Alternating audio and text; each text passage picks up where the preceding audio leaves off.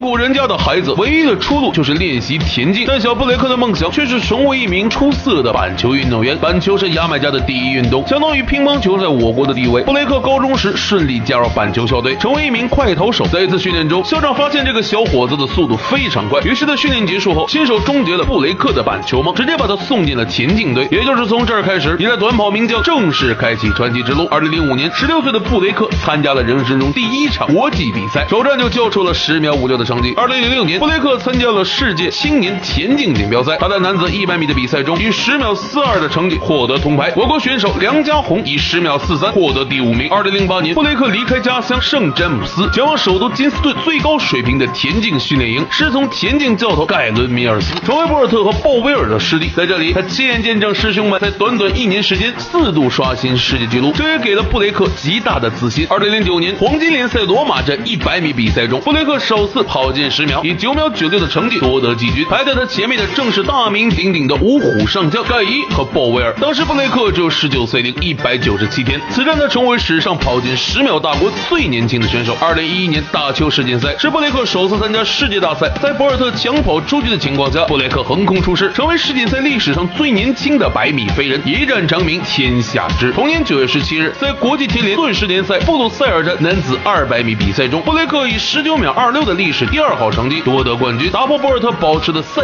会纪录。这一年他才21岁，同样的年龄他比博尔特还要快。如果说2011年的布雷克是猛虎下山，那么2012年的布雷克则开始步入巅峰。2012年的布雷克到底有多狂？一段采访告诉你答案。I was unstoppable.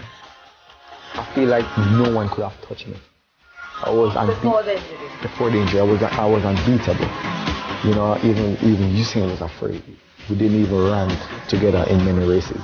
如果说2011年的布雷克是猛虎下山，那么2012年的布雷克则开始步入巅峰。2012年6月，牙买加田径锦标赛及伦敦奥运选拔赛如期而至。对于短跑王国牙买加而言，这场比赛的含金量丝毫不输世界顶级大赛。正如在中国拿到乒乓球全国冠军，远比世界冠军更难一样，牙买加短跑亦是如此。100米5虎，牙买加独占3席。此时的布雷克豪言不惧任何强敌，包括博尔特。结果也正如他所言，100米大战中，他号称强势。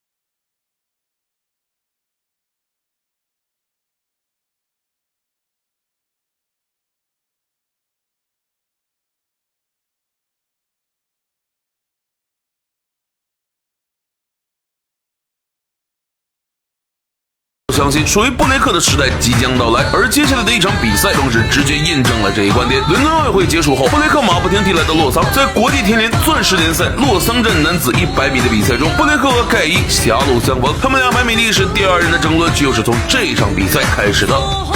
比赛开始，出发之后，布雷克的起飞反应加速能力确实是最强的，在前程的处于领先，泰森盖伊紧紧跟随，两个人超出其他选手1块，最后出色，布雷克是9秒69啊，也创造了赛会纪录。9秒69，布雷克创造个人最好成绩的同时，也追平了盖伊的最好成绩，他们共享100米历史第3好成绩。那么布雷克和泰森盖伊到底谁更厉害呢？牙买加队的第3棒是布雷克，美国队的第3棒是泰森盖伊，势均力敌。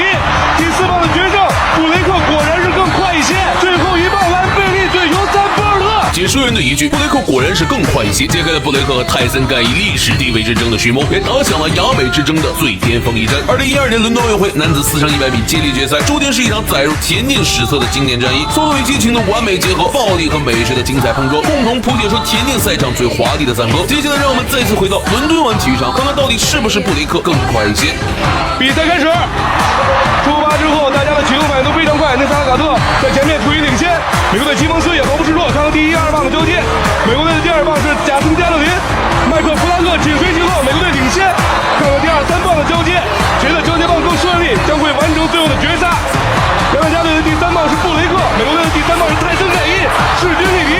第4棒的决胜，布雷克果然是更快一些。最后一棒兰贝利对尤塞波尔特，波尔特出发了，全力冲刺，看看冲过终点的时间是多少，全力加速，36秒85，新的世界纪录，人类再次跑进了37秒，人类的集体速度再次大幅度的提升了，36秒84啊，太棒了！在布雷克和博尔特的强势表现下，牙买加队成功打破世界纪录，完成卫冕。而关于第3棒的布雷克和盖伊谁更快的问题，从两人完成交接棒的时间和视觉效果来看，确实是布雷克更快一些，但这并不能证明布雷克100米要强于盖伊。伴随着2012赛季的结束，22岁的布雷克俨然已经成为继博尔特之后最耀眼的短跑巨星。2年时间2届世界大赛2金2银的成绩，宣告了属于布雷克时代的到来。但命运却跟布雷克开了个天大的玩笑。2013年4月，在牙买加国内的一场100米比赛中，布雷克拉伤大腿，从而无缘莫斯科田径世锦赛。2014年，在国际田联钻石联赛格拉斯哥站男子100米比赛中，布雷克再次在比赛中摔倒。或许从这一刻开始，属于布雷克的巅峰真的回不来了。直到2016年的里约，布雷克时隔4年再度站上奥运会的舞台，并在接力比赛中帮助牙买加队完成3连冠的壮举，夺得职业生涯最后一枚大赛金牌。伴随着100米五虎的陆续离场，34岁的布雷克成为了五虎最后的倔强。让我们一起期待布雷克在今年布达佩斯世锦赛的表现。好了，兄弟们，布雷克的故事就讲到这里，关注高哥不迷路，高哥带你上高速，我们下期再见。